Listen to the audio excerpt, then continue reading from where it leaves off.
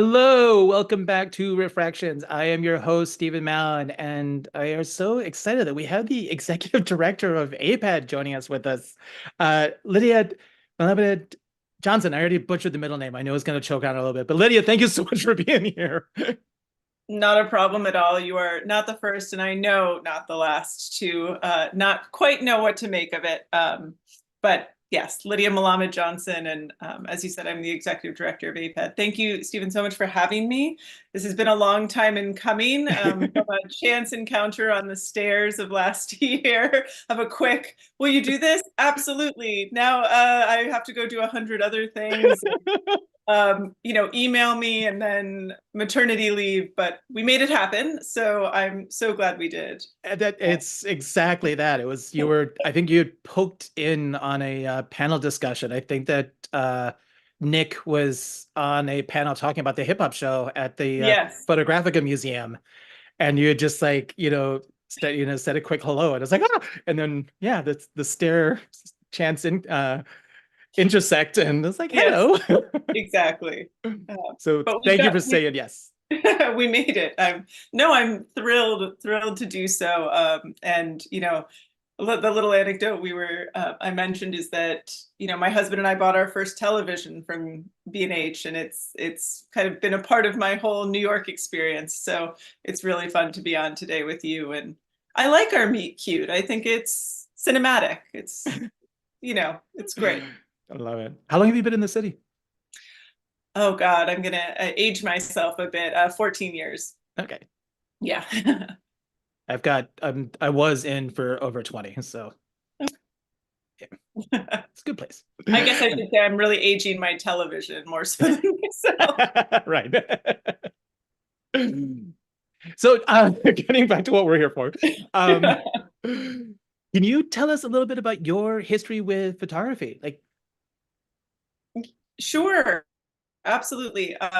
So mine is kind of a varied career path. In terms of my history with photography, I grew up I'm a third generation art historian. My whole family loves art. I've always been surrounded by it. And I grew up, my mother collected photography as well. And I always, you're not the first person to ask kind of how I got into photography. And I grew up with a Richard Barnes image of Ted Kaczynski's cabin right outside of my bedroom. I don't know if you're familiar with the series that he did when they moved it to an airport hangar in San Francisco, where I'm from.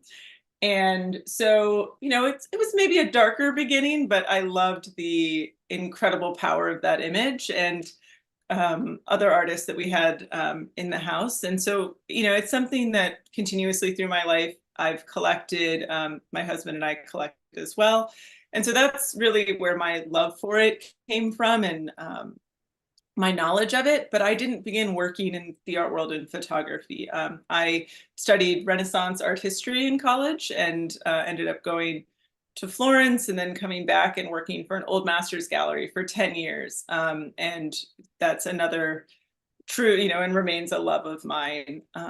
But it was kind of through that time and through different kind of endeavors that I was doing at the same time, with events, that I realized kind of how much I loved the partnerships and exhibition aspect of everything with that. And so we were doing a lot of art fairs, and I was really loving that. And when it was kind of time to think of what was next for me was when I moved over to Perry Photo. And that was really my first major dive into the photography as my professional channel versus just a deeply personal one. And that's how I met the AIPAD team, and kind of goes from there. So it's a bit of a windy road, but it's a pathway through my life. It's something that's always kind of been around and something that I've always loved. so Perry Photo was the first art fair you worked for? Yes, yeah. So wow, that's another like massive major, force in the photo and art world Yeah, in general. So yes. great way to stop very, very high up. Yes, Um, no, absolutely. And the team there is just incredible, and what an education, and what a way to, as you say, it was really jumping into the deep end, and yeah, a fantastic training ground. And there was a brief moment where Periphoto and AIPAD were going to collaborate, right? Like just pre-COVID, there was like, Yes, exactly. And that's, yeah. And so I was working closely on that, and that's how I met a lot of the AIPAD group. And it was, we were really the first international art fair to be canceled. We were supposed to open April 1, 2020. And it was, a major disappointment from the incredible work that the team had done, and on both sides of the Atlantic. And yeah, they're still, great collaborators, and the relationship there is great. But at this time, we'll see what their plans are. so AIPAD is Association of International Photography Art Dealers, right? Yes. How long has it now been exist? Is it 50 years old? Is that right? So 1979. 79. Okay. Yeah. Getting close. Yeah. And we're in the 43rd year of the art fair. Okay. And we love to say we're the longest continuously running art fair, specializing in the photographic medium. So it's a really special heritage, and one that is really deeply felt by the community, and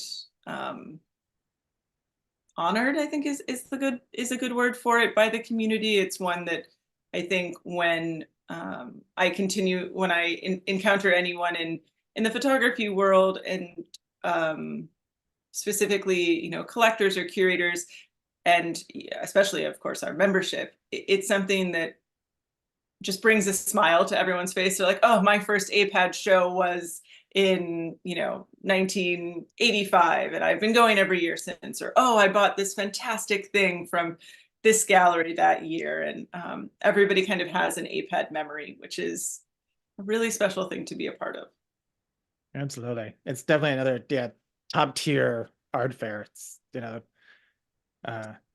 yeah, it's amazing. So and it came up from some dealers, right, that felt that there wasn't enough representation of photography at the art fairs, like that they were kind of being, sidelined a little bit with, some of the other fairs not necessarily, representing photography or the photo gallery market. Is that right? Is that the So genesis?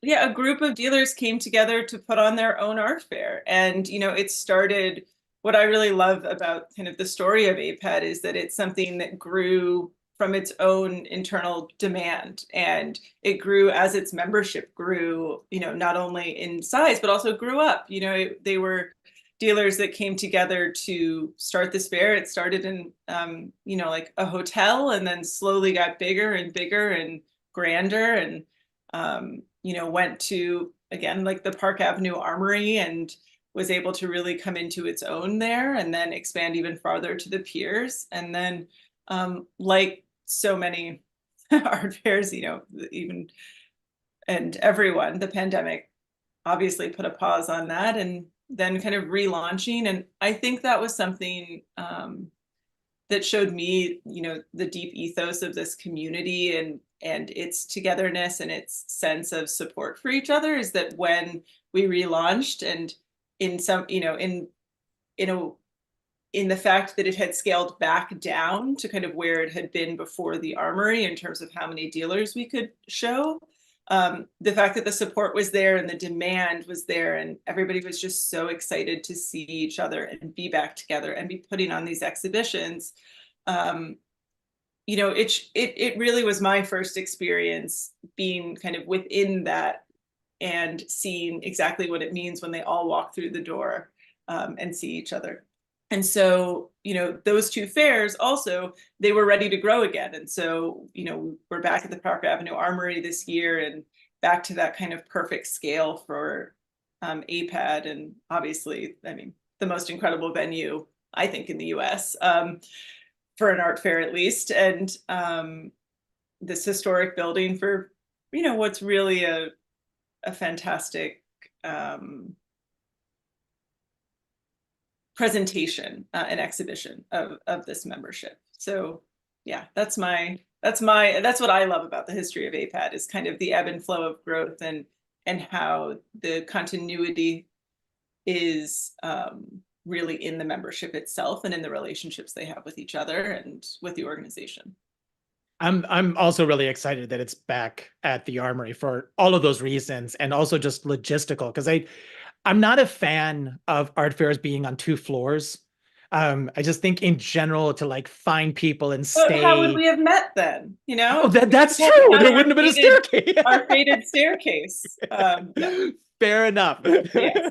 No, but I understand where you're coming from. And, I think when you can have an art fair all in one large, when you can have all of your exhibitors occupying the same space, it allows much easier kind of travel for our visitors. And also it's just kind of a better, it's a better fit for AIPAD itself, which is very much kind of a democratic organization and one that, everybody, you can walk in and see everyone at the same time. And the Armory, we also have our photo book and publishers are on the same floor. They'll be in the Board of Officers room in our kind of in the entry, those grand entry corridors. But to be able to have it all on one floor, also, the accessibility thing. We had, Center 415 was a really great venue for us to relaunch in. They were wonderful to work with, and it was nice to be able to enter somewhere and be the first major art fair that had kind of put on there. But accessibility is always an issue. When you want to make sure that you're available to the widest group of people possible, and elevators and waiting for elevators it can be tough. Yeah. So, the Armory has its grand steps, but it also has a fabulous accessible entrance. So we're hoping that will help. Absolutely. And it's also wild that it's still a functioning armory. It's just, it's in use. Yeah. There's vaults down there. I haven't been told exactly what's in there, but I believe they are guarded. We'll have to, I'll report back if I'm allowed to. Oh, thank you. Once we I'd love to indicate. hear. And then just a side note, but because they had also, the Armory itself had kind of gotten out of hosting other public events for a little while, right? Wasn't it when they? So I don't really know kind of what their trajectory with this was. I mean, they are doing such incredible programming and performances. I think that schedule, kind of ebbs and flows with the years, and it's something that I don't know what we're kind of coming into. But I know, I mean, they continued doing the fashion shows. Marc Jacobs and Kate and all of those have been there. So I don't know if it was just kind of a no more art, or less art fairs or something like that. But I think, their public facingness of the venue, the Jewish Museum did their fantastic event there every year too. So I don't know, it's something that AIPAD has been campaigning to get back to for a couple of years. So we're just really happy it's this year. Oh yeah, it's going to be great. Yeah. So we're talking a little bit about AIPAD and the membership and the community. And what is the process these days for galleries to join? And what do members do and have to do and everything with the organization? Yeah, I mean, I saw that I'm so happy you had one of our board members on, Catherine Couturier, a couple of months ago. And, I watched her when that happened. So that's why I knew that this would be fun. And I think she put it well, but she's also on our membership committee. So she's a really good one to speak to about it. But for us, AIPAD membership has always come really from, again, it's this community. And so if you want to apply for membership at AIPAD, there's an application on our website. You can apply directly through a form. You do need referral letters from current members in good standing. For full membership, you need 2. For associate membership, you need 1. And then if you don't have 2 within the membership, 1 can be from another respected individual from the larger photography community. Because we really do want to be welcoming to galleries that are kind of coming into their own now and that maybe haven't been working with other members for a long time, but have been working in kind of other niches and then are now coming into photography and are having really strong rosters and artists with them. So those are kind of the two different scales of that. But then it goes to our membership committee, and often, it's something that will come down to the referrals that are sent in and making sure that everybody is above board in business practices, is really trying to further fine art photography, and is doing something really interesting. And then it goes to our board.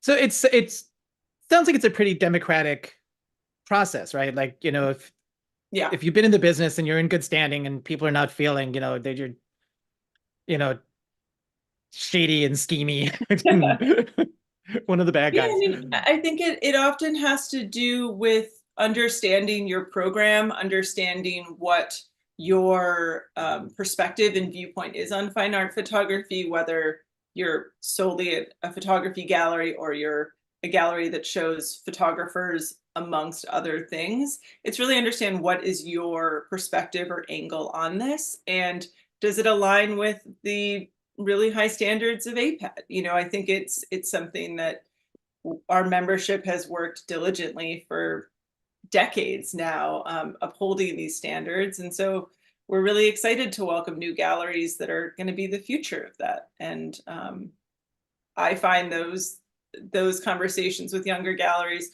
or more established galleries that maybe are just really learning more about us with the move back to the Armory after the pandemic. There's been a lot of really exciting galleries opening.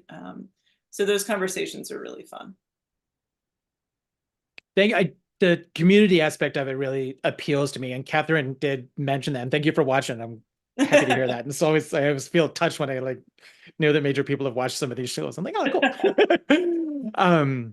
And she was just really thankful of the AIPAD community and how supportive they have been in the transition of her gallery. And I thought that was really, just refreshing to hear, because I've always, I get cringy a little bit about clubs, but then when I think about, the community aspect of it, about how it actually creates, support within the environment, it's not so much that it's not a gated situation. It's just that but it is a protective one. Does that make sense? Yeah, no, I think that's a really beautiful way to put it. And I think her example, with the shock and the quick turnaround and the people that really came to her side for this is the perfect example of it. And it's something that you see a lot within the community. And, every year people have illnesses and deaths or struggles, and to know that you have this, I feel like we've used the word community too many times in this, but it is the right one. But to have this group of people, because yes, they're galleries, yes, they're dealers, but they're also individuals, and they're really a lovely group of individuals that are working their hardest to promote photography, and they're colleagues, they're people, they're colleagues and they're friends. There's really deep friendships. And so that level of support that she mentioned, I think is one example of many. And when they lose a member of their own, I think of Julie Saul and what happened, the outpouring of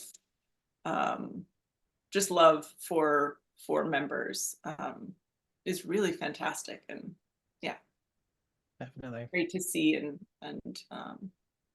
hope to foster. I hope that in my role I can find new members for us that will continue that tradition, because it is a really important tradition, and one that I think elevates this niche.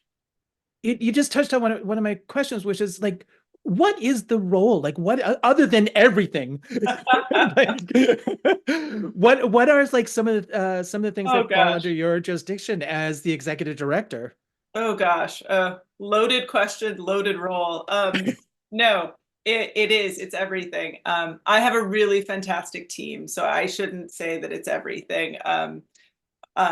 We have a really incredible team that helps me every day do this, and every Peppa, Thamew, and NJ, and they are just absolutely incredible and working with me every day. So I shouldn't say it's everything, but the role is really broad. The role is incredibly broad, and it goes from everything. We're a month out from the fair now. We're live, so I can say we're less than a month. I shouldn't even say that. We're 3 weeks really. So right now, my job is the fair all day long, and that's everything from doing a fantastic podcast with you to we just had a meeting with our PR team who's working on our press preview. Earlier than that was working on making sure that all of our members are coming to the fair and they're promoting the fair, to taxes. AIPAD files taxes every year. So this afternoon I have a meeting with our tax attorney. So it's really incredibly varied, from all the kind of fun things to the minutia of just running a small business. But every day it's different. Tomorrow, the entire staff will be together. So that's Irene, NJ, myself, and Joel, who's our head of operations, Joel Morrison, for the fair. The four of us are going to be together in an office going through kind of last minute things for the fair, what needs to happen, what's still on the docket, and those types of things. But in general, I would say this role, and I was really brought on to come in-house at AIPAD for the first time. I'm the first executive director of AIPAD that hasn't been working for another company that's running their art fair. Normally, before me, AIPAD was really run by the board of directors in partnership with the companies that were helping them to put on the fair. So the membership was really run completely by the membership committee. The show was run by these companies. And so coming in-house, was bringing somebody in-house to AIPAD, really had to do with this transitional moment where they needed to know, are we going to continue to do kind of these big fairs? Outside of the fair, what else can we do for our members? Because the pandemic, so much became decentralized. Yes, New York is still the biggest market. Paris is still a huge market. London, all of these places are markets, but we have concentrations of members all over the world, and we need to be kind of activating and seeing what we can do for them throughout these different regions. And so bringing me on and having an executive director whose full-time job is AIPAD is new. And so it's also something fun because alongside the board and our new European president, it's navigating what AIPAD can be in the future and how we can continue to promote and also advocate for our members. There's a lot of stuff going on throughout the world affecting small businesses, of which the majority of AIPAD members are, and, really wanting to be able to help them, not just in times of grief or illness, but in day to day, if it's best business practices, if it's, helping grow a social media audience, all of those things, AIPAD can be a support. And so we're trying to figure out kind of the best phases to do that in. Obviously, bringing me in last year, the big piece was getting back to a larger scale fair. That's in 3 weeks. After that, we go on to the next. Yeah. I feel like there's a lot of questions I could be asking, but a lot of them need to wait until like May 1st.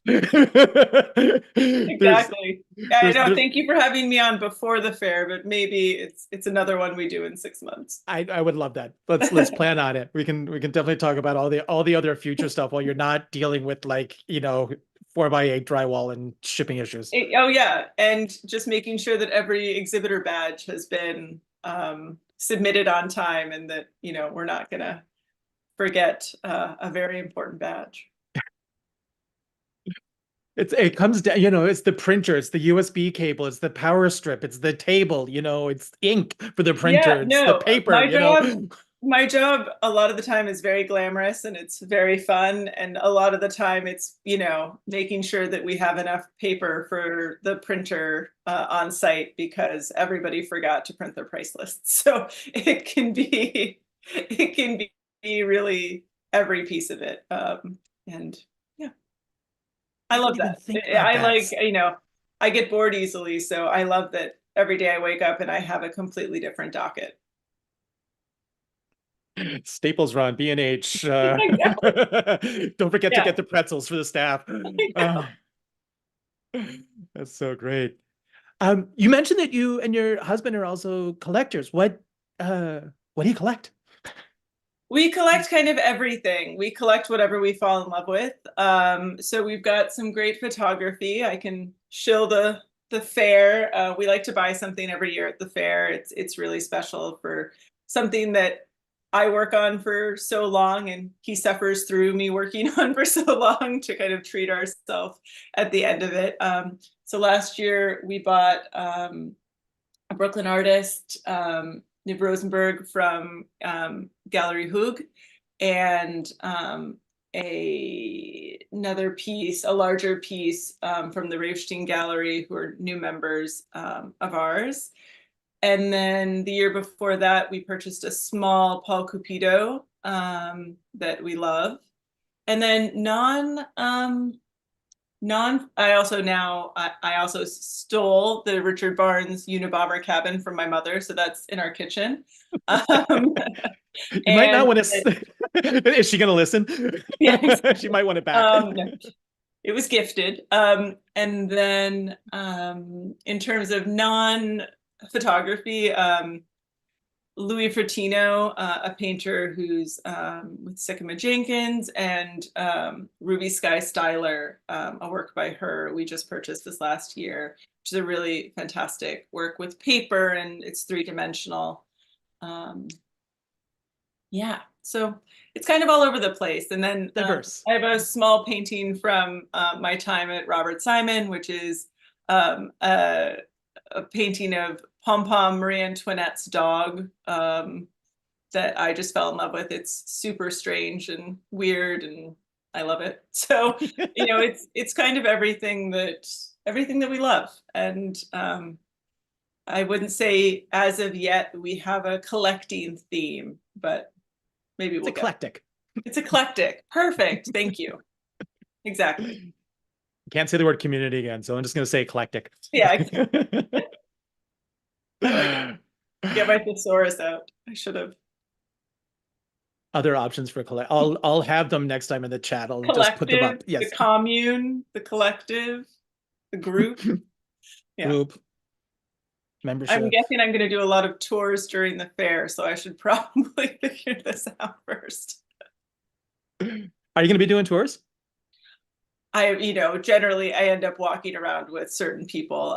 We don't really do organized tours. We do tours for groups that come in with their own curator. So a lot of museums come in. Right. So, a curator will come and bring supporters. But we don't generally do the kind of organized tour on behalf of attendees, mostly because we find it's really hard to predict kind of what times and when and what themes are going to always be so desirable. But we have our incredible AIPAD Talks program, and then our galleries do in-booth artist talks throughout the weekend, and that schedule will go live about 2 weeks before the fair, and will be updated continuously as more come in. And we've got tons of book signings, so there are definitely curated ways to move through the fair without being in a formalized tour. Nice. Yeah, I personally don't participate in the tours. I just find it much.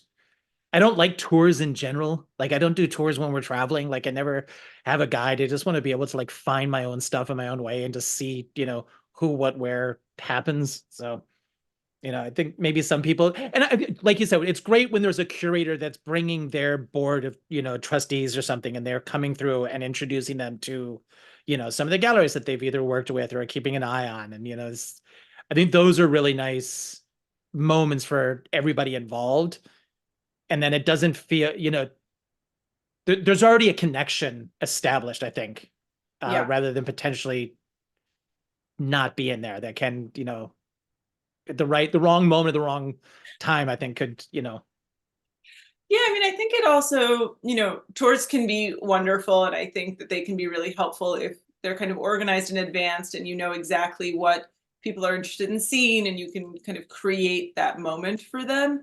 But for the attendee who maybe is coming to APAD for the first time, I also want them to know that they should go on these stands and speak to our dealers. I mean, they're the best tour guides I could offer. Me walking through and saying, these are some of my favorite things is fun. And I'm going to do that with my husband and some of our friends and those types of things. And it's nice, but I'd much rather somebody who is coming onto the floor who has a deep interest in photography go speak to our dealers, go speak to our exhibitors about what they're showing and learn from them, and find something that you fall in love with. Like I fall in love with my collection. You need to walk around and something is going to stop you in your tracks, more than one thing at our fair. And I just hope that people recognize that art fairs are those moments to be empowered to walk onto the stand and ask about it, and talk to that gallerist or talk to that gallery assistant, and don't be intimidated by it and don't think you need to be in a tour to learn about this. All of these galleries, these are members, they've gathered here to meet you, to meet these new audiences for art and for their work. So I don't love the idea of a tour that maybe only stops certain places, because what if you're walking by and you see something that stops you in your tracks, but you don't want to lose your group? Exactly. Like, I'll come back. It's a big fair. I hope you'll come back, but maybe you're going to do 2 loops around the drill hall and be tired, yes, so yeah. I would much rather people kind of come in and, yeah, go talk to our experts. We have 78 of them plus their staffs. So, um, yeah. And it's really interesting, right? Because like walking through the fair, if you go left to right twice, you got the potential that just like that one wall that is like on the peripheral, you may miss that work. You have to walk through a fair like this, twice and just in opposite directions sometimes, because Yeah, depending on layout and if the crowd was standing in front of this one piece at the moment you were passing the booth, and that ended up being the landscape report that you would potentially love. exactly. I mean, I think that what's really nice, and this goes back also to what we were talking about, the 2 levels piece, is that in the drill hall, a lot of people who have been to an art fair before have been to the Park Avenue Armory, and they've been to an art fair at the Park Avenue Armory. And we're not breaking the mold with our floor plan. You can do a loop and then an inner loop and then, kind of reverse it and see everything and make sure that you see those different walls, because each booth has been designed for all the different viewpoints, right? Each gallery has thought this through. They've thought, okay, the drill hall entrance is here. People are going to walk down this aisle probably this way, just from their own experience. I mean, this is a tried and true venue for art fairs. So a lot of people can, a lot of gallery, people, both visitors and gallerists, kind of know what those viewpoints are. But there's always the person who's like, oh God, turning left or turning right seems really busy right now. I'm going to go the other way. And our gallerists have thought about that. They've thought, okay, what if somebody's coming this way and are going to see this fantastic photograph on that wall? So, yeah, pick your Hold the rest of the adventure. thought for 1 second. Sure.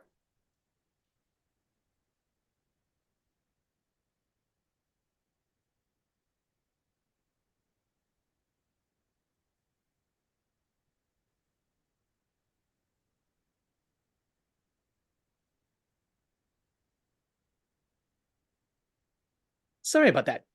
We are Not a problem. working on my laptop, and the low battery warning just kicked in. I looked over at talking about power strips. That at some point I had knocked the plug out of the. I just didn't want to Yeah, lose you completely. there you go. I completely understand. Anyway, I mean, I think I was actually done with that part, so I think it was a perfect Okay. moment to have a break. But I do have Yeah. a question about the floor plan and laying. Does the uh, art fair board pre-decide the layout on where the booths are going to be? And like, I'm assuming that some of the booths that are like close to the entrance are the larger booths and are like more expensive. And then like, what's the process of the galleries deciding which booths and layout, or can they customize it? Like, how does that work?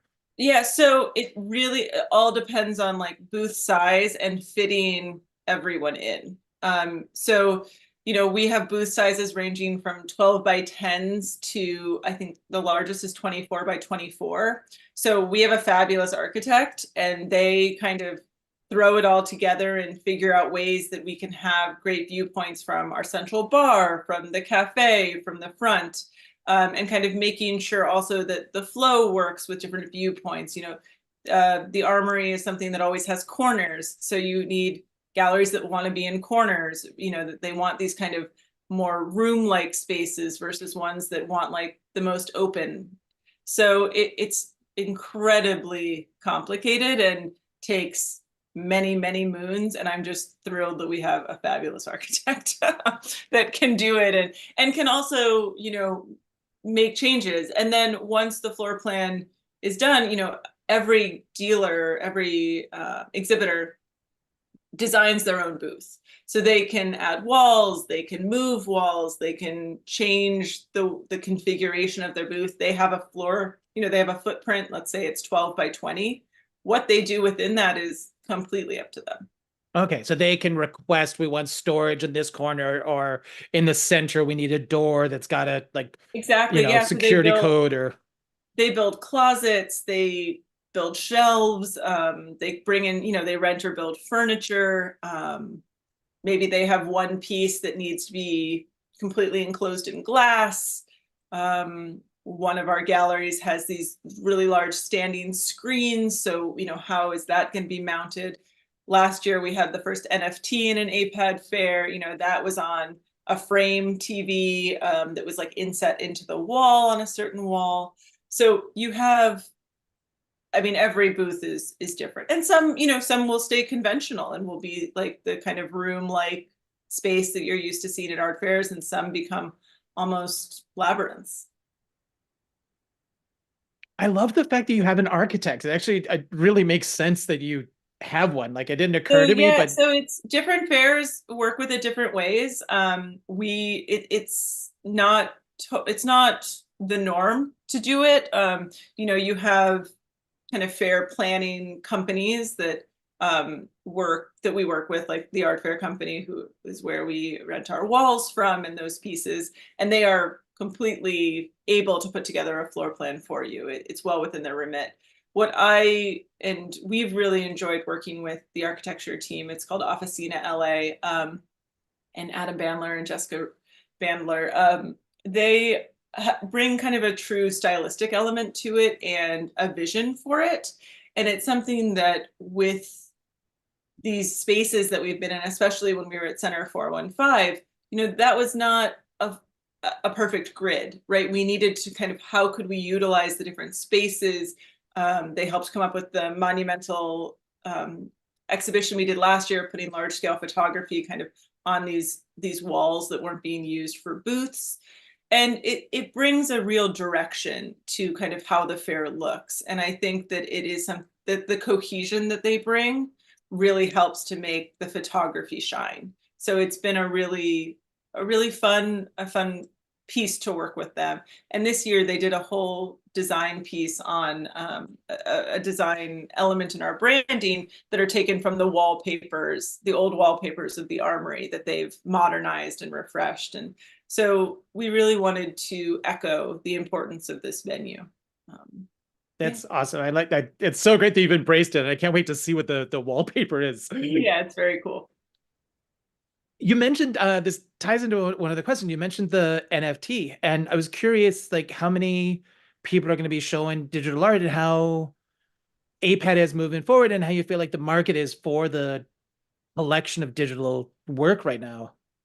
Yeah, so it's interesting. You know, APAD has a certain is situated specifically kind of within this market, and in a lot of ways, you know, trying to figure out kind of how NFTs fit within it was a really interesting question. And Assembly, the gallery that had the NFT last year, it was really important that we understand kind of what they were showing, why they were showing it, and that it was shown in the kind of greater context of the artist's work versus just an NFT on a screen kind of in a regular booth. And they did a really fantastic job of doing that. And I think that was how AIPAD entered the digital age, you know, a really considered, well curated direction is the wrong word, but presentation of an NFT, and kind of understanding for the kind of more traditional photography collector what NFTs could offer. And so I think what you're also speaking of is a bit like AI and the kind of the new technologies that are coming through. And you're not the first that have asked me. And actually, I love Vince Aletti, who's our APAD award winner this year, also did an interview, and they asked him this question, and he said it so beautifully and it's kind of so perfectly of just like, it's happening, it's here, you know, what exactly, you know, artists are going to interact with it or not, dealers are going to interact with it or not. And it can swing an election, but I don't think it's going to change our fare. So pretty much what AIPAD can do is just make sure things are labeled and make sure that it's very clear cut what is and isn't.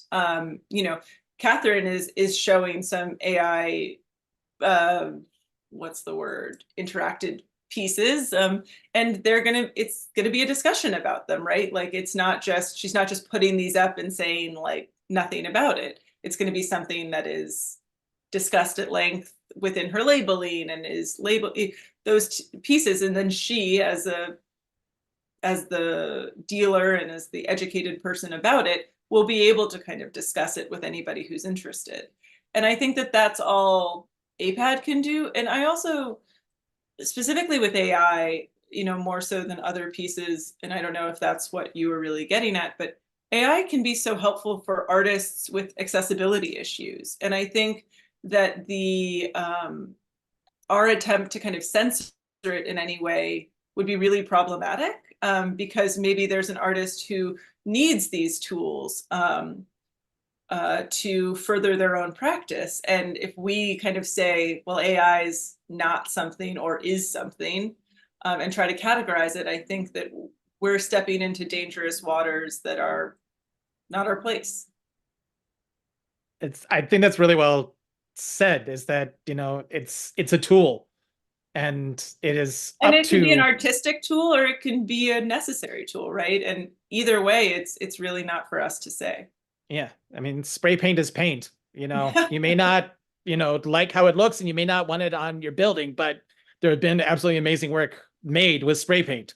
So Well, but and also, I don't know if there's some article, I just saw a headline that it's on one of my thousands of tabs on my desktop right now, you know, that landlords are now trying to capitalize on fabulous street art that's on their buildings versus the immediate whitewashing they used to do. So all of these things, you know, they change. It's an ebb and flow, and we have to embrace it, because otherwise, yeah, you're going to miss something really spectacular. love it. So good.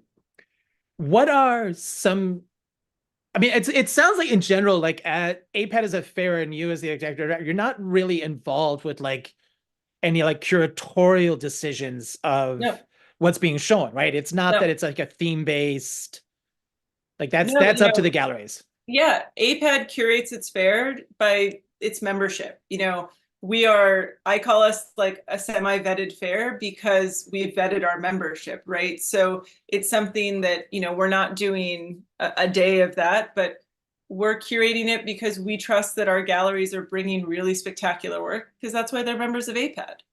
And so, no, I'm not in charge of making sure that everyone's bringing something on a theme, or that um, different galleries are bringing something specific. That's not my role in any way. Yeah, so it's not a conversation that you have like, hey, we really think you should bring, you know, this, unique painted art right now because we're hearing. No, I mean, certainly like that kind of information would be shared. And we've had, to use the word community, one thing that's really special about that is that for galleries that maybe aren't as experienced with art fairs or kind of pop-up exhibitions, our members who are more experienced in that are available to them. And so a few of them have asked other people, what do you think I should bring? Like, what's doing really well in New York? What have you found to show really well at fair? Different things like that. Like those conversations happen sometimes with me because I, have done fairs and I can help with that. But often it's really them going to other dealers, going to dealers that they maybe see as mentors or would like to be mentors. Yeah. Some of them are open to talking about it. It's like they're willing to share and Absolutely. I mean, help. it really is, it's like a high tide, it's lifting all boats. We want this fair. The better the better work that comes to the fair, the better it is for everyone, right? It really is something, the more elevated the offerings, the better.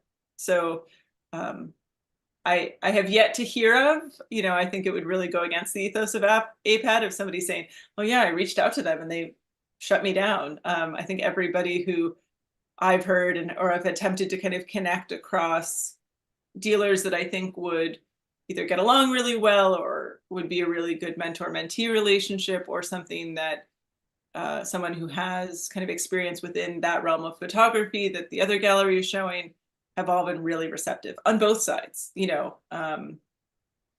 both sides of that conversation.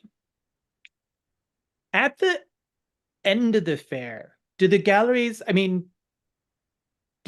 come back and talk a little bit about sales, about the ebbs and flows and everything? Is there a post-op meeting with the Yeah, galleries? so there's that kind of happens in two ways. One, like our PR team will throughout the weekend be going around and like finding out who's making sales, how it's going, what is selling, and kind of put together like a trend report at the end of it, of kind of what was hot, what was kind of who was buying. That's always something that's really interesting and I find fascinating, of kind of, is it the first time buyer? Is it the museum? Those pieces. And then we have a membership meeting. So our exhibitors this year, we have the majority are AIPAD members. We also have a few guest exhibitors who are available, who are able to participate and often apply for membership at the same time. And it's a really good way for them to meet people and for people to meet them. And so our members will meet on Sunday of the fair and talk about the fair and talk about kind of where AIPAD is and where we're going. So that's a good postmortem. And then we do an exhibitor survey at the end. We send to everyone, and that has everything to do with, did you have a good fair? To, did you like our registration process? Where were the pain points for you? How expensive was shipping for you? Like, and kind of how can we help for next year? So I guess that's actually three prongs. But that's great because yeah, it's addressing the logistics. It's talking Yeah, about sales, like traffic, or like how is the location in regards to the parking or the hotels that we suggested, and like exactly. how Yeah. all of those elements, like what was missing. Did we accidentally book a hotel on Ninth Avenue and traffic was a nightmare because the UN Yeah, was in or session? did a hotel that said they were providing breakfast for you, like was the breakfast a burnt piece of toast? We want to know. It matters to us that our exhibitors get there every morning well caffeinated and ready to meet the public. Without getting into specifics, a gallerist that I work with just came back from an event at a place and everything and went out for the breakfast afterwards. And like, no, that breakfast is for the other people. There was literally like another conference happening next door that had a much better breakfast setup, and it wasn't full. And I was just like, ooh, that's not good. No, Like, that's not, you don't want them side by side. That's no. not good. No, we like to make sure our exhibitors are well caffeinated and well fed in the morning. Yeah. It makes everyone happier. Oh, I always offer whenever I see any of my friends, especially if they're working at a booth on their own. It's like, do you need coffee? Do you want me to like do you want me to sit here for a second so you can run to the bathroom or like, Exactly. Do you need coffee or do you need like a booth sitter? yeah, I think booth sitter, coffee, and extension cord. It's like, yeah, if you want to know like the background on fairs, those are the things you can do for your friends that are working there. so true. Yeah. Does your phone need to be charged? Do you need a booth sitter? Do you need coffee? Have you eaten today? I think are like the things you can ask. And they're so important. Yeah. Because if Yeah. you've been busy and it's just like, if you can please get me a sandwich. Yes, Um, exactly. And because of course, the moment that your friend comes and says, "I'll sit here, run to the restroom," you see the collector you've been waiting for the last 3 days is walking up the aisle, and you have to pretend you weren't walking, kind of come back and oh, yeah. exactly. But it's fun, you Yes. know. Obviously, I Um, love it. so you probably don't have an answer to this question then, but have you seen, I guess, based on the last year's fair, have you noticed any trends? Is there has been or is there a shift in the market? Like, because I've heard some people talking about going towards the even tighter or unique, photographs where people have like, gone back in and painted on or done some work on. Have you noticed, is that trending at all or? I mean, yes, I think, trend is a hard word with anything with art. Trending is, yes, certainly like those interventions are like really prevalent right now. In terms of kind of how people are buying them is hard to know this year. I mean, last year certainly they did well at the fair, but I think the mixed media element, we've got, woven pieces, or I'm thinking of Marcelo Brodsky at Henrique, is kind of writing over the photography. And those types of pieces certainly seem to have a resonance that is really beautiful. And I think that's a really interesting trend right now. And then the other is just really focusing on, underrepresented identities and viewpoints. So whether it's people of color, indigenous artists, female artists, like finding that new lens, to use a nice term, or getting punchy at the top of the hour, is certainly also is also there, and is something that we're seeing a lot of interest in. And I also have to say, though, the kind of true canonical photographs and those artists who really form kind of the basis are having a resurgence of this. There's a real interest in kind of those incredible images that you see, or ones that are familiar, that maybe the photographer, it's an Ansel Adams, but it's not like the one that you've seen, or it's a Steichen, but it's not kind of that overly used image. I think that there's also a real interest in that, and in artists, photographers from those time periods that maybe aren't as well known. Yep. Finding out somebody who kind of are in those circles that might have been overlooked. Yeah, those are kind of the three big ones that I've seen recently, and that I've seen in the kind of press previews and works that are going to be shown.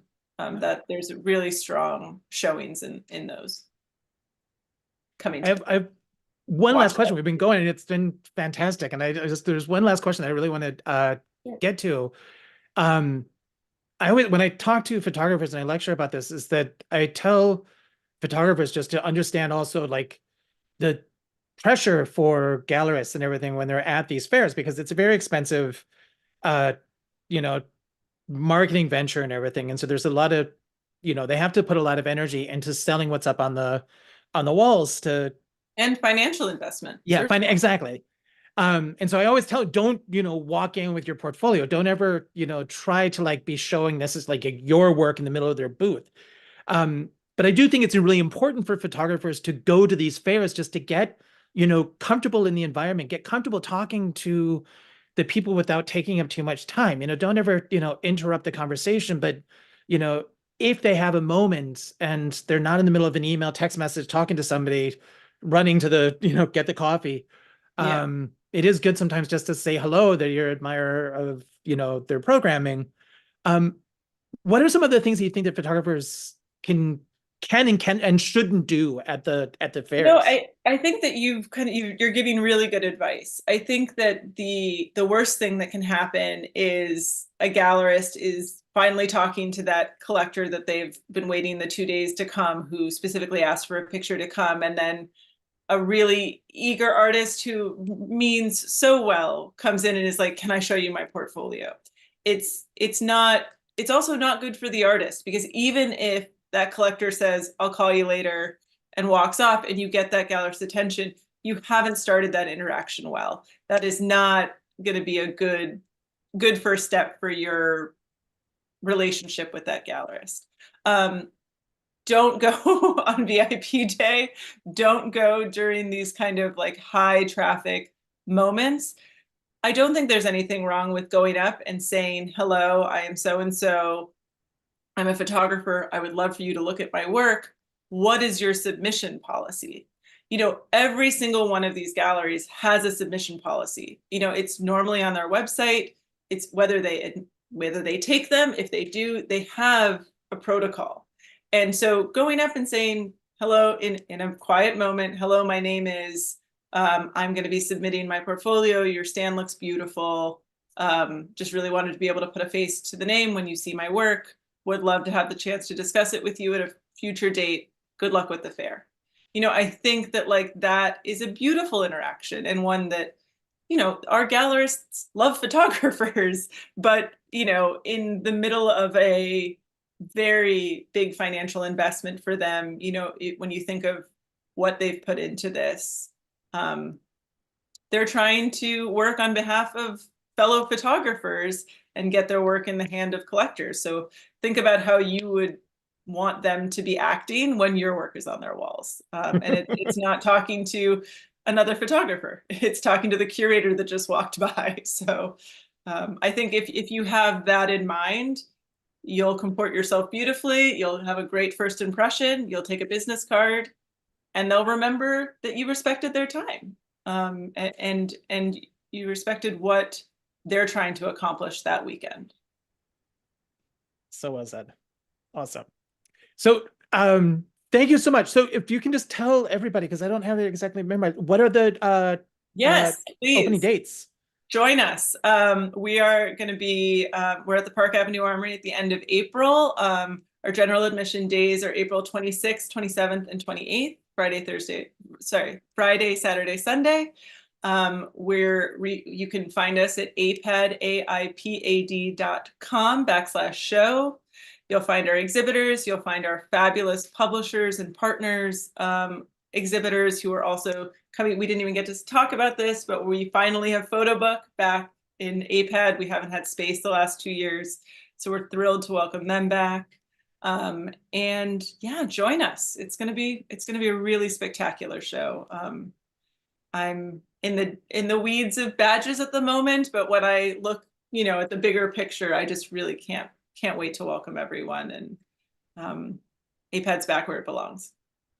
Absolutely. Well, thank you so much, Lydia, for this. This was Thank really you. just This so is so good. much fun. Yeah. Thank you. Again, our meet cute. Finally.